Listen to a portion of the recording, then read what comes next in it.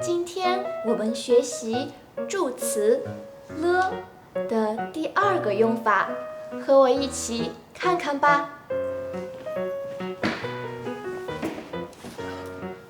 早，李可。昨天你做什么了？我去看电影了，那个电影很长，看了3个小时。你呢？我昨天去商店了，买了很多水果。给你一个苹果吃。谢谢。我早上吃了很多，我吃了1个苹果，还喝了1杯牛奶。好的。动态助词了放在动词后，表示动作完成，后面常常带有数量词，比如那个电影很长，看了3个小时。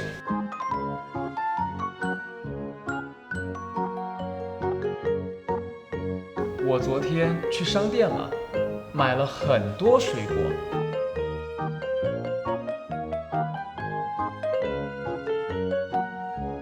我吃了1个苹果。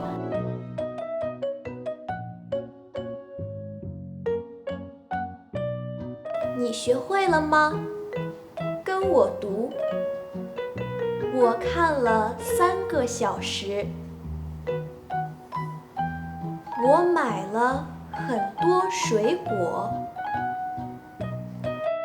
我吃了1个苹果。